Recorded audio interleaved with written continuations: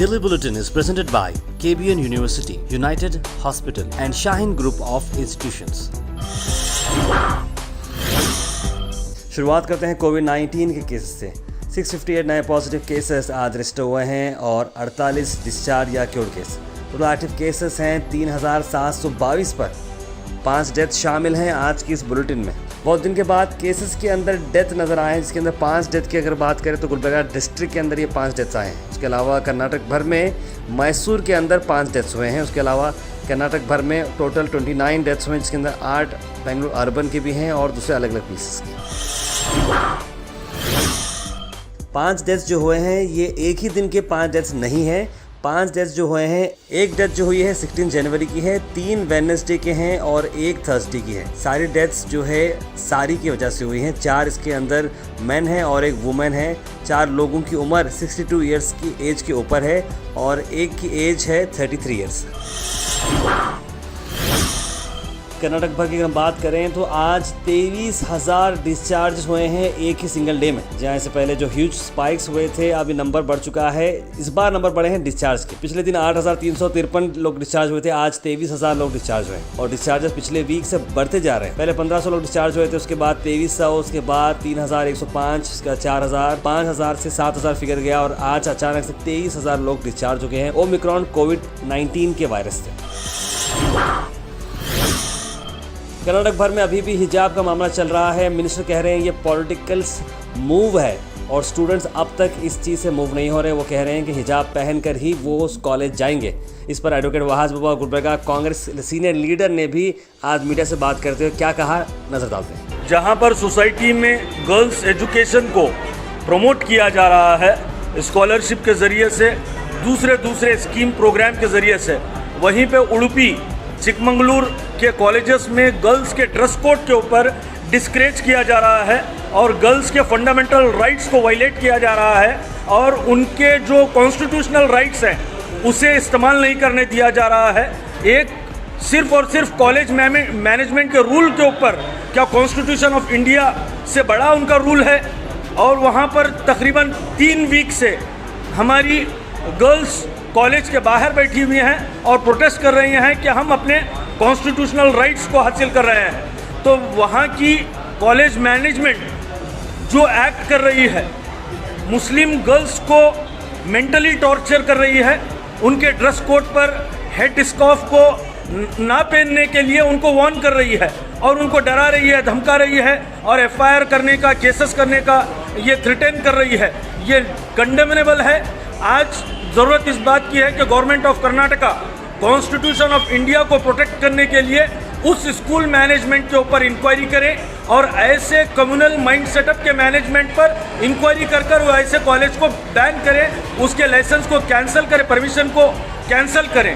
अगर और ये मसला जल्द से जल्द रिजॉल्व नहीं होगा तो थ्रू आउट कर्नाटका में स्ट्रॉन्ग तरीके से इसके खिलाफ प्रोटेस्ट किया जाएगा।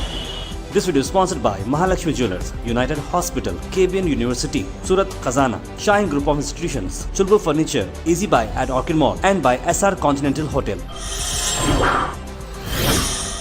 पीडे कॉलेज के अंदर स्टूडेंट्स प्रोटेस्ट किए हैं। SUCI के मेंबर्स यहाँ पर मौजूद थे। उनका डिमांड ये है कि जो अचानक से फ़ीस को बढ़ाया गया है वो ना करें और एग्जामिनेशन और जो भी फीसेस हैं उससे इमीडिएट रिड्यूस करें और स्टूडेंट्स के हित में काम करें। लेकिन उसके अलावा वहाँ पर पीडे कॉलेज का जो मैनेजमेंट है, पीडे कॉलेज के जो स्टाफ है, उन्होंने भी इसकी सफाई दी कि किस वजह से उन्होंने फ़ीस बढ़ाई है। अब देखना ये होगा कि हायर मैनेजमेंट से बात करने के बाद ये मामला रिजॉल्व होता है या नहीं। ये सारा प्रोटेस्ट क्या है, आइए नजर डालते हैं। 2021 we have issued one more circular wherein you yourself, many of the students have, those who appeared for exams, paid 1,800 rupees fees last 2021 only. Yes, sir. Please listen to me. Yes, sir. We are working under management here. Management is supreme. Management people called us and they asked us to increase the fees to 3,000 rupees per semester, the examination fees. Please listen to me, don't interrupt. Then we said we cannot do it for the batches which are running. We can only implement it for the new batches with the prior intimation to them. ನಮ್ಮ ಕಾಲೇಜ್ನಾಗ ಇಷ್ಟು fees ಅದಪ್ಪ, ನೀನು ಕಲಿತಿದ್ರೆ ನಮ್ಮ ಕಾಲೇಜಿಗೆ ಬಾ, ಇಲ್ಲಾಂದ್ರೆ ಬರಬೇಡ. This time the 2021 batch, the fees is 3,000 rupees. Please try to understand why we are increasing the fees, right? Then last time the 2019 batch, 2020 batch students, the fees has been hiked as per the instructions of the management to 2,500 rupees. Now those who are writing 5th semester examinations have to pay a fees of 2,500 rupees. I will justify why we have increased the fees. Please listen to me. And the luckiest batch in this is the outgoing batch, those who are now in 7th semester. And we are collecting minimum fees from them. 1,600 it was earlier, and we have marginally increased it to 1,800 rupees. And last time 15/7/2021 circular, you have already paid 1,800 rupees. And why this fun again? When you have already paid, 1 minute, 200 rupees increase in fees in such a college wherein 4,800 students are studying, and wherein the salary of monthly salary of the employees here is more than 3 crore rupees. How can we manage? Do you want to shut down the college?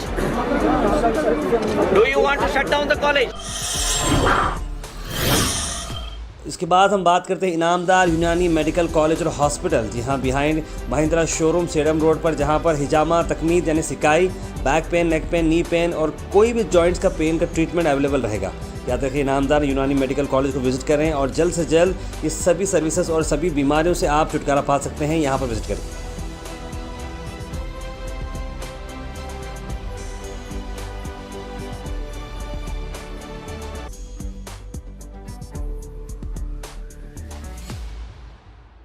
अस्सलाम वालेकुम। मेरा नाम doctor Furqan अमीन। मैं इनामदार यूनानी medical college में lecturer भी हूँ और हॉस्पिटल में पेशेंट भी चेक करता हूँ।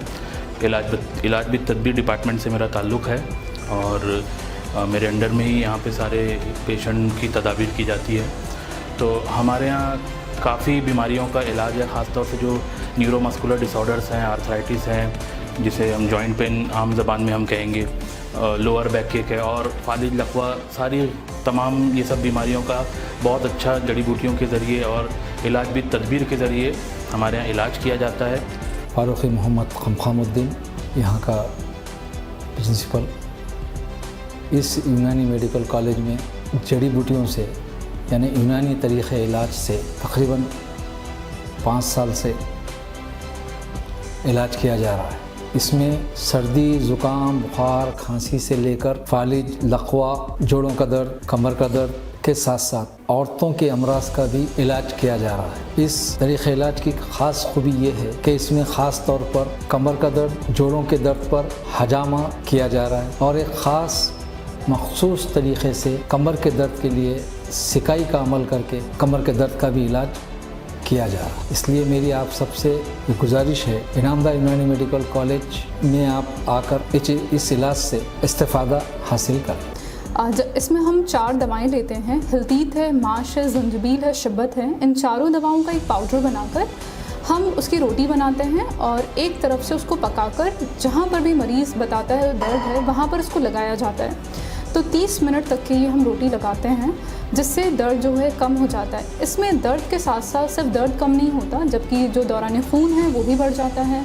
और अगर जिनको भी जोड़ की दर्द की शिकायत होती है, उनमें अक्सर होता है कि जोड़ों में सख्ती आ जाती है, तो इससे सख्ती भी कम हो जाती है, दौरान खून बढ़ जाता है और जो भी हमारी बॉडी का वेस्ट मैटर है वो बज़रिए पसीना, स्वेट के ज़रिए से जिस्म से बाहर खारिज हो जाता है।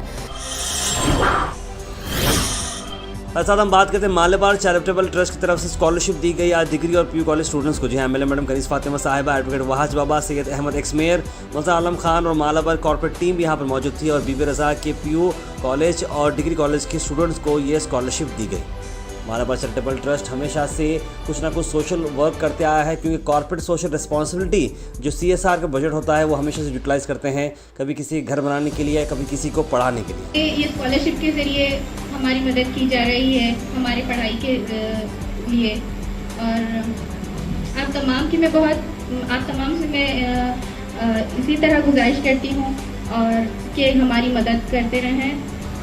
और मैं मालाबार ट्रस्ट की जानिब से भी बहुत शुक्रगुजार हूँ कि आपने हमें इस काबिल समझा।